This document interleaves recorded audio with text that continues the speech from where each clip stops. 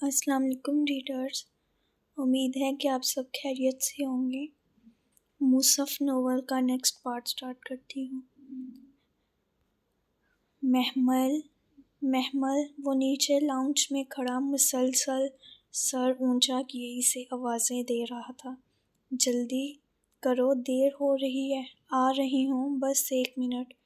اس نے dressing table سے lip gloss اٹھایا اور سامنے آئینے میں دیکھتے ہوئے اسے لپسٹک پر لگایا۔ لپسٹک چمک اٹھی تھی۔ محمل وہ پھر چلایا تھا، بس آ گئی۔ اس نے ایک عجلت بھری نظر سنگھار میز کے آئینے میں جھلکتے اپنے وجود پہ ڈالی۔ ٹی پنک بنارسی ساڑی میں ملبوس لمبے سیدھے بال، کمر پر بھرائے، کانوں میں چمکتے ڈائمنڈز کے ایئر رنگز، گردن سے چپکا نازک ہیروں کا سیٹ جو ہمایوں نے اسے تیمور کی پیدائش پہ دیا تھا، اور کلائی میں وائٹ گولڈن کے موتی جڑے کنگن، ساتھ مناسب سا میک اپ۔ وہ مطمئن ہو گئی، بیڈ پہ لیٹے تیمور کو اٹھایا اور باہر نکل گئی۔ تم اتنی دیر کر رہی ہو، کیا ارادہ بدل گیا؟ آخری فقرہ کہتے ہوئے وہ زیر لب مسکرایا۔ وہ جو تیمور کو اٹھائے سہج سیڑھیاں اتر رہی تھی، مسکرا اٹھی۔ ہرگز نہیں، آخر کو اپنے مائکے جا رہی ہوں، ارادہ کیوں بدلوں گی؟ وہ سیڑھیاں اتر آئی۔ وہ مسکرا کر اسے دیکھ کو جیل سے پیچھے کیے۔ وہ بہت شاندار لگ رہا تھا۔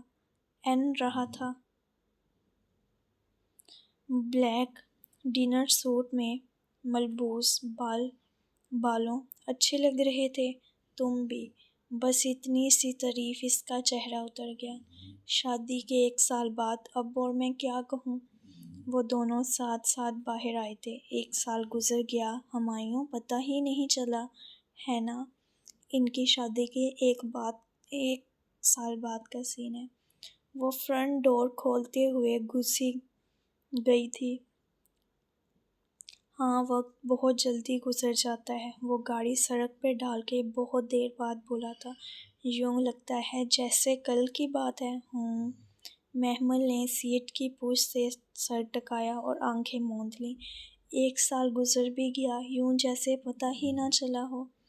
پورے 1 برس پہلے وہ بیاہ کے اس گھر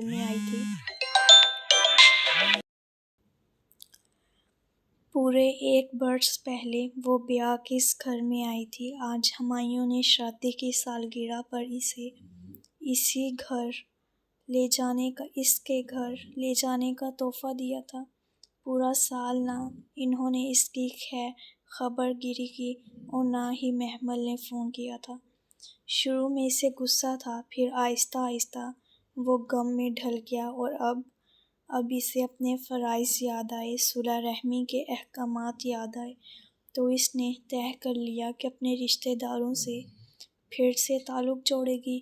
پہلے بھی یہ خیال کئی بار آیا، مگر ہمایوں جانے پہ راضی نہ ہوتا تھا۔ لیکن گزرتے وقت کے ساتھ فواد کا کیس اندر ہی اندر دبتا چلا گیا، اور پھر ہمایوں نے ہی ایک دن اسے بتایا کہ فواد ملک سے باہر چلا گیا ہے، شاید آسٹریلیا۔ وہ کبھی کسی حد تک سکون میں آ گئی، نہ جانے کیوں۔ ہفتہ پہلے ہمایوں کو کہیں آگاہ کری ملے۔ اس نے محمل کو بتایا کہ وہ بہت خوش دلی سے ملے اور اسے گھر آنے کی دعوت دی۔ منافقت، دنیا داری، اور پھر اب وہ کس چیز کا بغض چہرے پہ سجائے رکھتے۔ فواد تو باہر چلا گیا اور جائیداد انہیں مل گئی۔ پھر ہمایوں داؤد جیسے بندے کو داماد کہنے میں کیا مضحکہ، بلکہ فخر ہی تھا۔ ایک تبدیلی اور بھی آئی تھی۔ فرشتے اسکاٹ لینڈ چلی گئی تھی۔ اسے قرآن سائنسز میں PhD کرنا تھی، خوب سارا علم حاصل کرنا تھا، پھر اس کا تھیسس اور بہت کچھ۔ وہ چلی گئی تو مدرسہ میں اس کی جگہ کسی اور نے لے لی، اور رہی محمل، تو وہ آج بھی تیمور کو لے کے فجر کی نماز کے ساتھ مدرسہ جاتی تھی۔ اس کے علم الکتاب کا ابھی آدھا سال رہتا تھا۔ گاڑی رکی تو وہ چونک کر حال میں آئی۔ وہ آغا ہاؤس کے پورچ میں کھڑی تھی۔ وہ تیمور کو اٹھائے باہر نکلی اور گم سم سے ادھر ادھر نگاہیں دوڑائیں۔ لان کے کونے میں مصنوعی آبشار بن چکی تھی۔ گھر کا پینٹ بدل چکا تھا۔ پورچ کے ٹائلز بھی نئے اور قیمتی تھے۔ لاؤنج کے دروازے پہ مہتاب دائی اور آغا جان کھڑے تھے۔ محمل اور ہمایوں نے ایک دوسرے کو دیکھا اور پھر جیسے گہری سانس لے کر ان کی طرف بڑھے۔ شال اس نے ایک کندھے پر ڈالی تھی۔ بھورے سیدھے بال دونوں کانوں کے پیچھے عرصے تھے۔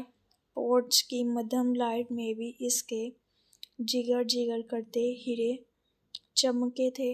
محمل یہ تم ہو؟ کیسی ہو؟ دائی مہتاب پہ تپاک استقبال کے ساتھ آگے لپکی تھیں۔ محمل میری بیٹی۔ آغا جان نے اس کے سر پر ہاتھ رکھا۔ اس کی آنکھوں کے گوشے بھیگنے لگے۔ شاید انہیں احساس ہو گیا تھا کہ انہوں نے اس کے ساتھ کتنا ظلم کیا۔ اس کی آنکھوں کے گوشے بھیگنے لگے۔ شاید انہیں احساس ہو گیا تھا۔ دونوں چچیاں اور دوسری لڑکیاں بھی وہیں آ گئیں۔ وہ ان کے ساتھ ان کے سوالوں کا جواب دیتی اندر آئی تھی۔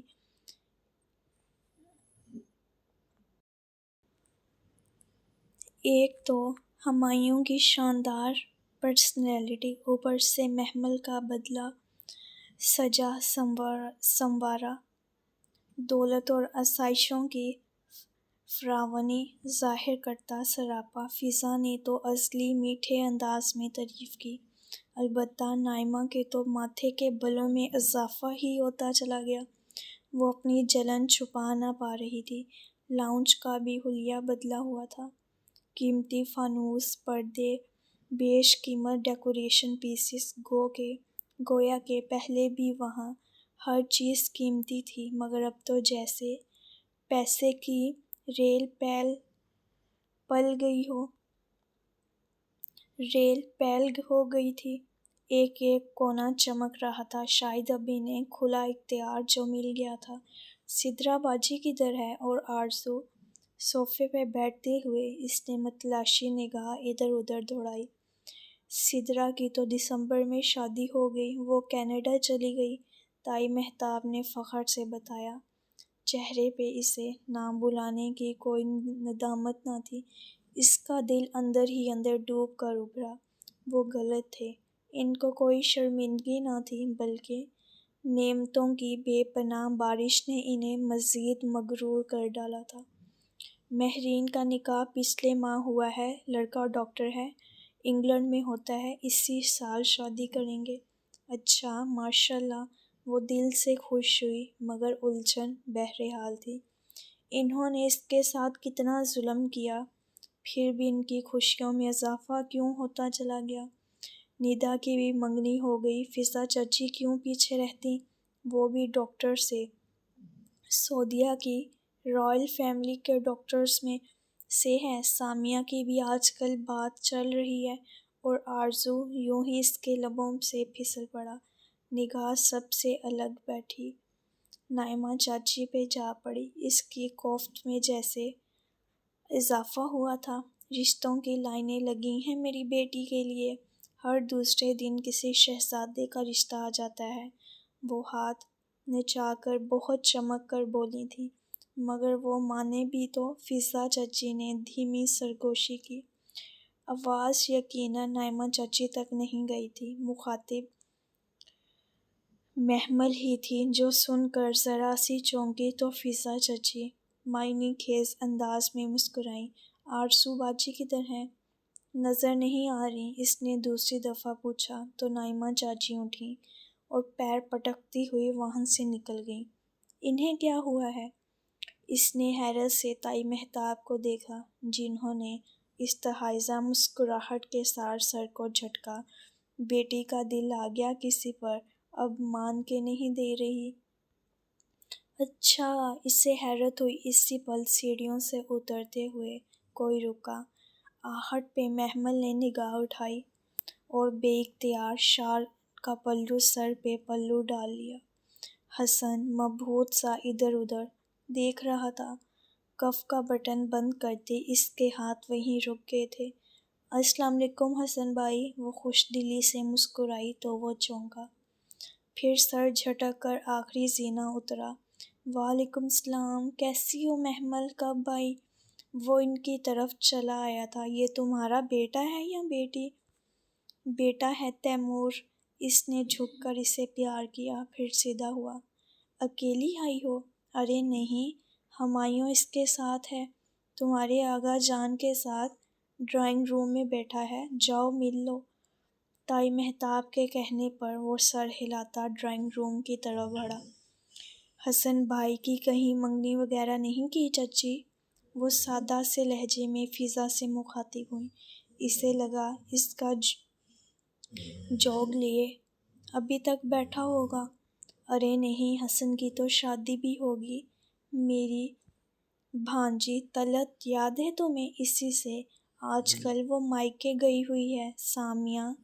سامیہ انہوں نے بیٹی کو پکارا، جاؤ حسن کی شادی کا البم لے آؤ۔ محمل کو وقتاً جھٹکا لگا تھا، مگر پھر وہ سنبھل گئی۔ وہ جوگ لینے والا بندہ تو نہ تھا، کمزور مرد جو کبھی اس کے لیے مضبوط سہارا نہ بن سکتا، لیکن بھلا اسے اس کا تو سہارا چاہیے بھی کیوں تھا؟ کبھی بھی نہیں۔ اس کی تو حسن کے ساتھ کبھی بھی کوئی جذباتی وابستگی نہ رہی تھی، سو افسوس بھی نہ تھا۔ پھر انہوں نے اسے حسن اور سدرا کی شادیوں کے البم دکھائے۔ وہ تو سجاوٹ اور دھوم دھام دیکھ کر ہک دک رہ گئی۔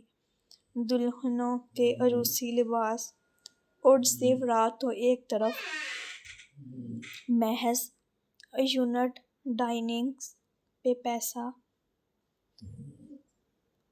پانی کی طرح لٹایا گیا تھا۔ انہیں محمل نے وہ سب خود دیا تھا، اب بھلا کیوں وہ اس پر پردے پاک استقبال نہ کرتے؟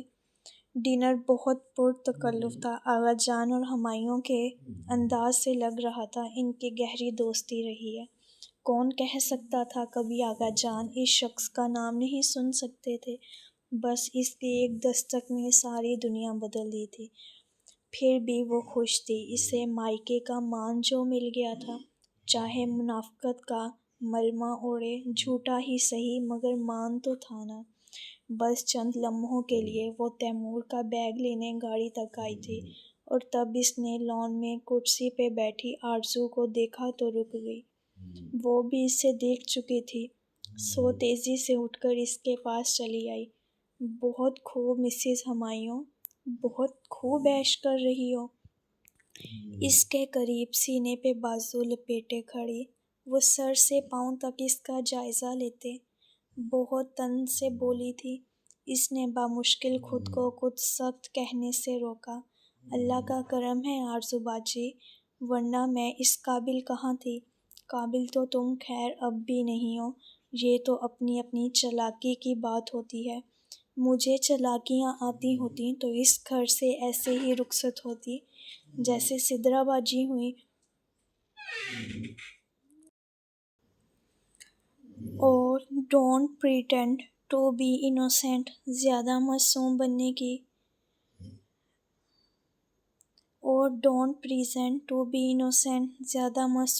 کی کوشش نہ کرو۔ وہ تیزی سے جھڑک کر بولی، تم جانتی تھی کہ ہمایوں صرف اور صرف میرا ہے، پھر بھی تم نے اس سے شادی کی؟ تمہیں لگتا ہے میں تمہیں یوں نہیں چھوڑ دوں گی؟ یوں ہی چھوڑ دوں گی؟ یہ ہمایوں آپ کے کب ہو گئے آرزو باجی؟ نام تک تو آپ ان کا جانتی نہیں تھی، وہ بھی مجھ سے ہی پوچھا تھا۔ اتنی چھوٹی سی عقل پہ زیادہ زور نہ دو محمل ڈیئر۔ اس نے انگلی سے اس کی تھوڑی اٹھائی، اور یاد رکھنا، آرزو ایک بار کسی کو چاہ لے تو پھر اس کو حاصل کر کے ہی چھوڑتی ہے۔ کیوں آرزو خدا ہے کیا؟ اس کے اندر غصہ ابلا تھا۔ بے اختیار اس نے اپنی تھوڑی تلے سے اس کی انگلی ہٹائی۔ یہ تو تمہیں وقت بتائے گا کہ کون خدا ہے اور کون نہیں۔ وہ تمسخرانہ انداز میں کہتی مڑی اور لمبے لمبے ڈگ بھرتی اندر چلی گئی۔ عجیب لڑکی ہے یہ، کسی کے شوہر پہ حق جما رہی ہے۔ او نہیں، وہ غم و غصے سے کھولتی ہوئی اندر آ گئی۔ تمہاری کزن آرزو کے ساتھ کوئی دماغی مسئلہ ہے کیا؟ واپسی پہ ڈرائیو کرتے ہوئے ہمایوں نے پوچھا تھا۔ وہ بری طرح چونکی۔ کیوں، کچھ کہا اس نے؟ اس کا دل ایک دم سا ڈر گیا۔ ہاں، عجیب سی باتیں کر رہی تھی۔ آپ کو کب ملی؟ لاؤنج میں تو آئی ہی نہیں۔ پتہ نہیں، عجیب طریقے سے سب مردوں کے درمیان آ کر بیٹھ گئی اور مجھ سے در پہ سوالات شروع کر دیے۔ بہت آکورڈ لگ رہا تھا، مگر اس کے باپ کو تو فرق ہی نہیں پڑا۔ پھر وہ دم بخودی سی سن رہی تھی۔ پھر حسن کو برا لگا تو اس نے اسے جھڑکا کہ اندر جاؤ۔ بٹ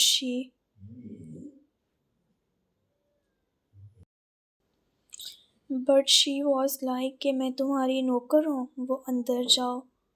جو اندر جاؤں۔ عجیب سی سچویشن بن گئی تھی۔ میں تو فون کا بہانہ کر کے اٹھ گیا، واپس آیا تو وہ نہ تھی۔ کوئی مسئلہ ہے اس کے ساتھ؟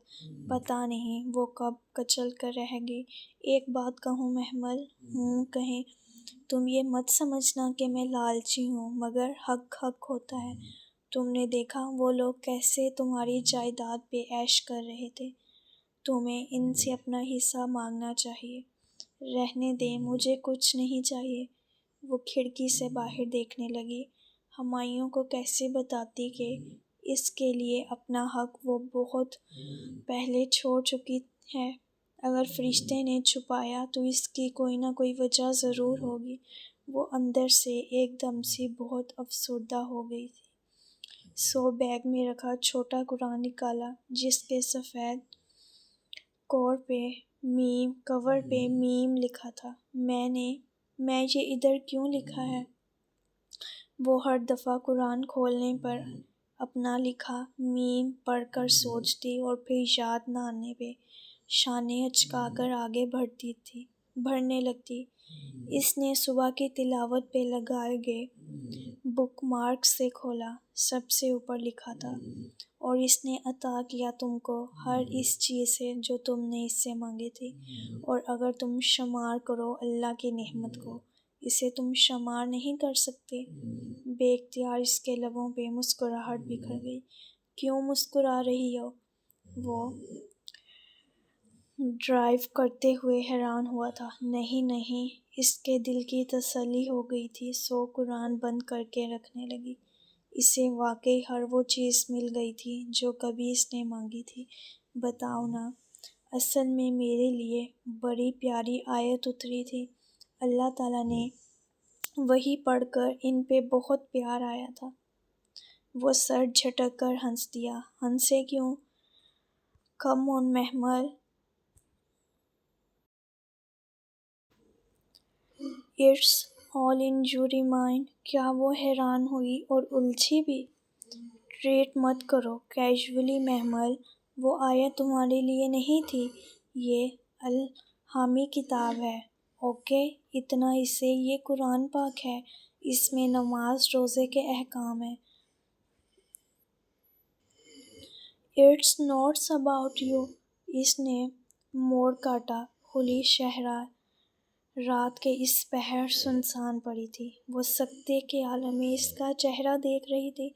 تم دیکھو محمل، ایک ہی تصویر کو ہر شخص اپنے زاویے سے دیکھتا ہے۔ مثلاً نقاد اس کی خامی ڈھونڈے گا، شاعر اس کے حسن میں کھوئے گا، سائنسدان کسی اور طریقے اسے دیکھے گا۔ It's all in your mind. نہیں ہمایوں، قرآن میں وہی کچھ ہوتا ہے جو میں سوچتی ہوں، اس لیے تم وہی پڑھنا چاہتی ہو۔ تمہیں ہر چیز اپنے سے ریلیٹڈ لگتی ہے، کیونکہ تم خود سے ریلیٹ کرنا چاہتی ہو محمل۔ یہ سب تمہارے ذہن میں ہے۔ یہ الہامی کتاب ہے، اس میں تمہارا ذکر نہیں ہے۔ Try to understand. دفتر نے اس کے موبائل کی گھنٹی بجی۔ اس نے ڈیش بورڈ پہ رکھا موبائل اٹھایا، چمکتی اسکرین پہ اپنا نمبر دیکھا اور پھر بٹن دبا کر کان سے لگایا۔ جی رانا صاحب، وہ محو گفتگو تھا۔ محمل نے گمسم سی نگاہ گود میں سوئے تیمور پہ ڈالی اور پھر ہاتھوں میں پکڑے قرآن کو دیکھا، جس کو وہ ابھی بیگ میں رکھنے ہی لگی تھی۔ اسے لگا ہمایوں کی بات نے اس کی جان ہی نکال لی تھی، روح کھینچ لی تھی۔ وہ لمحے بھر میں کھوکھلی ہو گئی، اس کا دل کھوکھلا ہو گیا، خیال کھوکھلا ہو گیا، امید کھوکھلی ہو گئی۔ تو کیا اتنا عرصہ وہ یہ سب تصور کرتی آئی تھی؟ وہ وہی پڑھتی تھی جو وہ پڑھنا چاہتی تھی، اسے وہی دکھائی دیتا جو اس کی خواہش ہوتی، وہ ہر چیز کا من چاہا مطلب نکالتی تھی۔ اس کا دل جیسے پاتال میں گرتا گیا۔ ہمایوں ابھی تک فون پہ مصروف تھا مگر اسے اس کی آواز نہیں سنائی دے رہی تھی۔ سب آوازیں جیسے بند ہو گئی تھیں۔ وہ گمسم سی ہاتھوں میں پکڑے قرآن کو دیکھے گی، پھر درمیان سے کھول دیا۔ 2 صفحے سامنے روشن ہو گئے۔ پہلے صفحے کے وسط میں لکھا تھا، بے شک اس قرآن میں ذکر ہے تمہارا۔ اس سے آگے پڑھا ہی نہیں گیا۔ وہ جیسے پھر سے جی اٹھی تھی، ساری اداسی ویرانی ہوا ہو گئی، دل پھر سے منور ہو گیا۔ اب اسے کسی کا نظریہ یا رائے خود پر مسلط نہیں کرنا تھی، اسے اس کا جواب نظر آ گیا تھا، دلیل مل گئی تھی۔ مسکراہٹ لبوں پہ بکھیرے اس نے واپس سنبھال کر قرآن بیگ میں رکھا اور زپ بند کی، پھر سیٹ کی پشت سے سر ٹکا کر آنکھیں موند لیں۔ اسے ہمایوں سے بحث نہیں کرنا تھی، اسے کچھ نہیں سمجھانا تھا۔ وہ اسے سمجھا ہی نہیں سکتی تھی کہ اکثر لوگ نہیں جانتے۔ صبح نئی سی اتری تھی، چڑیاں چہچہاتے ہوئے اپنی منزلوں کی طرف اڑ رہی تھیں۔ رات بارش کھل کے برسی تھی، سوز سڑک ابھی تک نم تھی۔ سیاہ بادل اب نیلی چادر سے قدرے سرک گئے تھے اور موسم خاصاً خوشگوار ہو گیا تھا۔ وہ گیٹ پار کر کے باہر نکلی تو درختوں کی باڑ کے ساتھ کاشف سائیکل دوڑتا آ رہا تھا۔ وہ تیمور کی پرام دھکیلتی سڑک پہ آگے بڑھنے لگی۔ اس کا رخ کاشف کی طرف تھا۔ محمل باجی السلام علیکم۔ کاشف اسے دیکھ کر چہک اٹھا، تیزی سے سائیکل بھاگتا اس کی طرف آیا۔ وہ کالونی کے ان بچوں میں سے تھا جنہیں شام کو محمل اپنے گھر میں جمع کر کے ناظرہ پڑھاتی تھی۔ وعلیکم السلام۔ صبح ہی صبح کدھر جا رہے ہو کاشف؟ وہ رک گئی تھی۔ ہمارے اسکول کی چھٹیاں ہو گئی ہیں نا، تو صبح فارغ ہوتا ہوں، اس لیے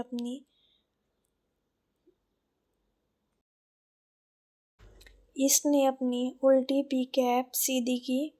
اب وہ سائیکل روک کر اس کے ساتھ کھڑا تھا، حنان اور راہم وغیرہ کی بھی۔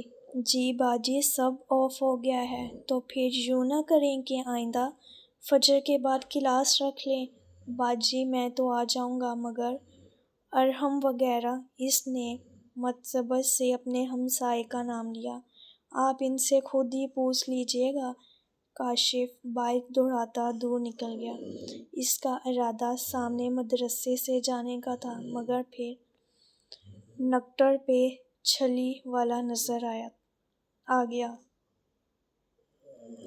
بارش کے بعد کا ٹھنڈا سہانا موسم اور بھنے ہوئے دانے۔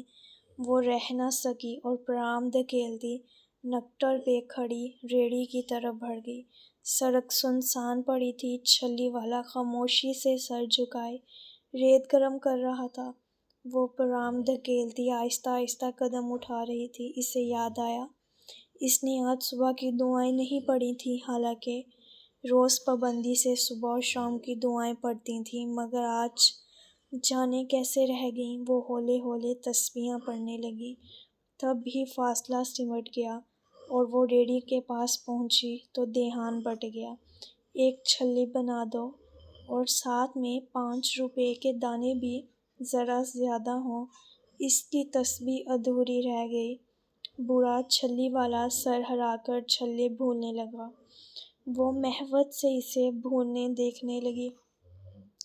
ذہن کے کسی کونے میں اس دن کی آرزو کی کئی باتیں گونجنے لگیں۔ وہ بار بار انہیں ذہن سے جھٹکانا چاہتی، مگر یوں ہی ایک دھڑکا سا دل کو لگ گیا تھا، بس ایسے ہی اس کا دل گھبرا سا جاتا۔ وہ نیند میں ڈر جاتی، جانے کیا بات تھی، 10 روپے ہوئے بی بی؟ بوڑھے شخص کی آواز پہ وہ چونکی، پھر سر جھٹک کر ہاتھ میں پکڑا پاؤچ کھولا۔ اندر سے پیسے اور چند کاغذ، بل وغیرہ رکھے تھے۔ اس نے 10 کا نوٹ نکالنا چاہا تو ایک کاغذ جو نوٹ کے اوپر عرض کر رکھا گیا تھا، اڑ کر دور سڑک پر جا گرا۔ ایک منٹ! وہ 10 کا نوٹ اس کے ہاتھ پر رکھ کر تیمور کی طرح وہیں چھوڑے دوڑتی ہوئی گئی جہاں سڑک کے وسط میں مڑا تڑا سا کاغذ پڑا تھا۔ اس نے جھک کر کاغذ اٹھایا اور اسے کھول کر پڑھا، پھر تحریک دے کر مسکرا دی۔ اگلے ہی پل سامنے سڑک کے کونے سے آتی گاڑی کی آواز آئی۔ اس نے گھبرا کر سر اٹھایا۔ گاڑی تیزی سے اس کی طرف بڑھی تھی۔ وہ بھاگنا چاہتی تھی، ایک ہی جست میں اڑ کر سڑک پار کرنا چاہتی تھی، مگر موقع نہ ملا۔ تیز ہارن کی آواز تھی اور کوئی چیخ رہا تھا۔ اس کے پاؤں حرکت کرنے سے انکاری تھے۔ اس نے گاڑی کو خود سے ٹکراتے دیکھا، پھر اس نے خود کو پورے قد سے گرتے دیکھا۔ شور تھا، بہت شور۔ اس نے اپنی چیخیں سنیں، اپنے سر سے نکل کر سڑک پہ بہتے خون کو دیکھا۔ بہتا ہوا لال خون، بے حد لال۔ اس کی کلائی وہیں اس کے چہرے کے ساتھ بے دم سی گر گئی۔ اس نے ہاتھ کھول دیا۔ مڑا تڑا سا کاغذ نکل کر سڑک پر لڑھک گیا۔ اس نے ارد گرد لوگوں کو اکٹھے ہوتے دیکھا۔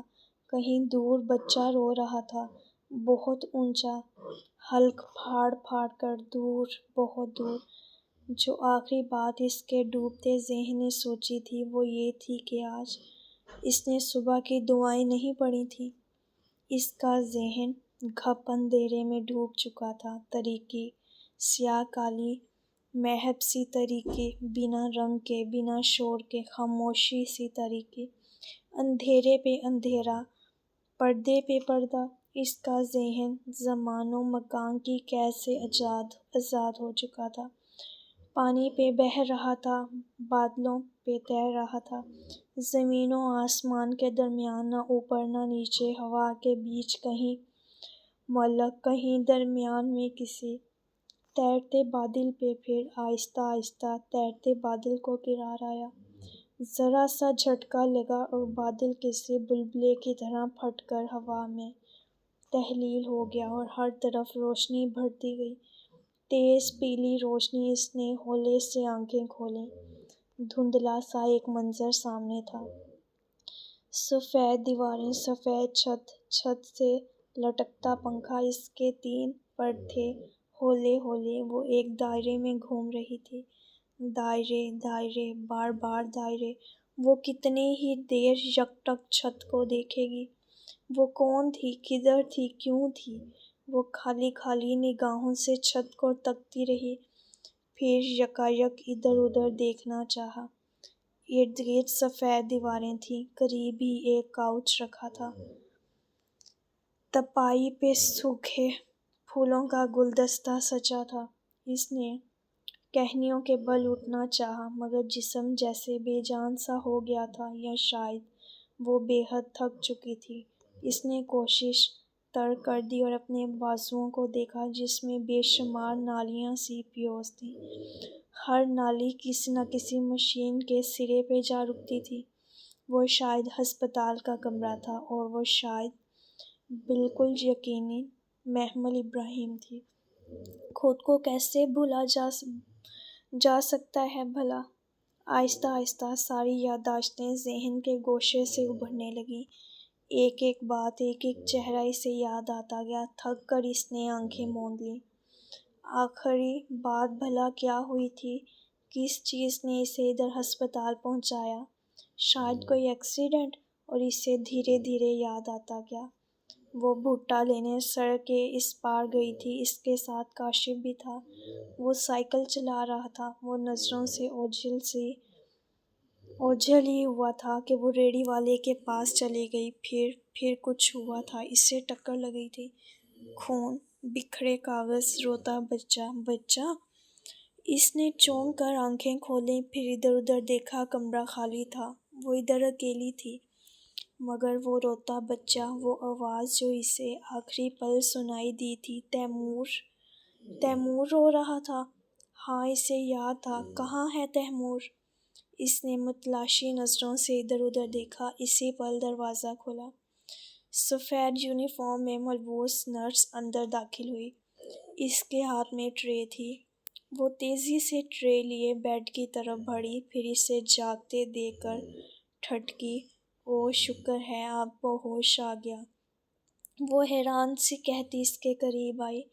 تبھی کھلے دروازے میں ایک بچہ نظر آیا۔ 6-7 برس کا خوبصورت سا بچہ۔ شاید وہ کاشف کا ہمسایہ تھا۔ ہاں، وہ ارحم ہی تھا، یا شاید ارحم کا چھوٹا بھائی۔ وہ فیصلہ نہ کر پائی۔ "Are you all right?" Nurse نے آہستہ سے اس کے ہاتھ کو چھوا، پھر حیرت سے پوچھا۔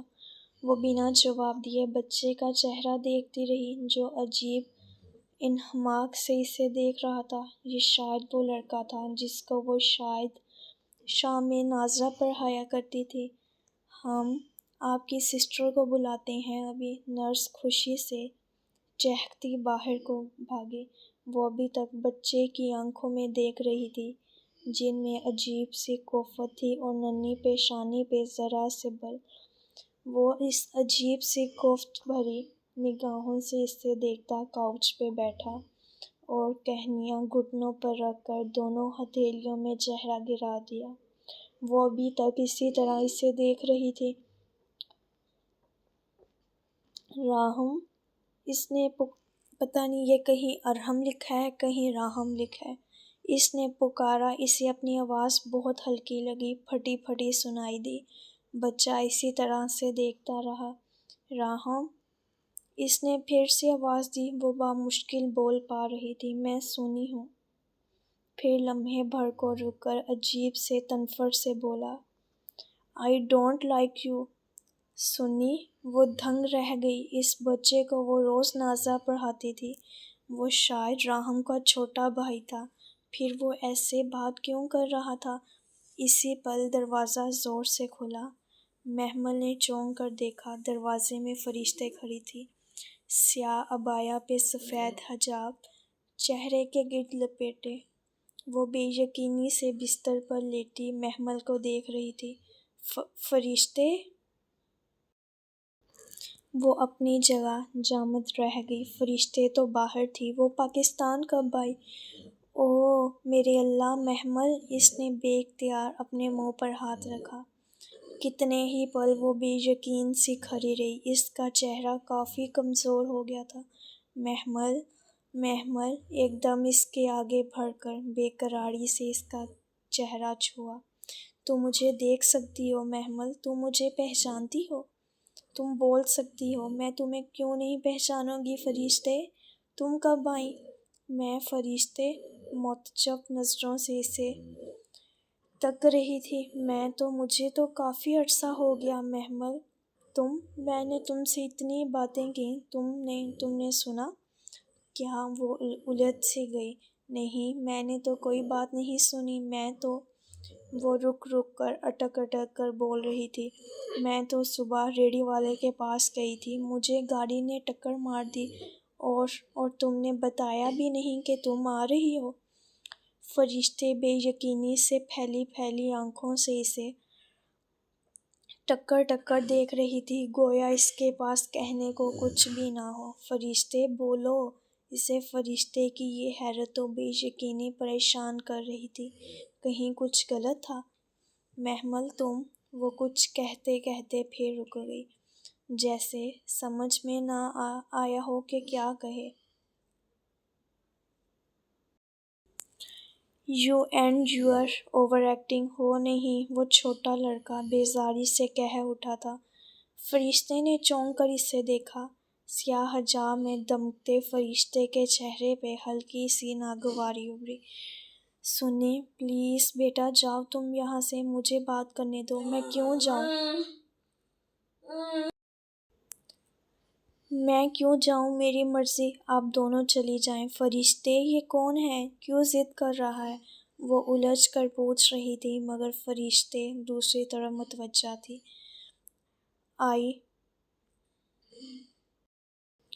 آئی ڈونٹ وانٹ ٹو گو، وہ بدتمیزی سے چیخا تھا۔ Shut up Taimur and get out. تم دیکھ نہیں رہی میں ماما سے بات کر رہی ہوں، فرشتے کہہ رہی تھی، اور اسے لگا کسی نے اس کے اوپر ڈھیروں پتھر لڑکھا دیے ہیں۔ تم نے تیمور کہا فرشتے؟ وہ ساکت رہ گئی تھی۔ وہ سر جھٹکتا اٹھ کر باہر گیا اور اپنے پیچھے زور سے دروازہ بند کیا۔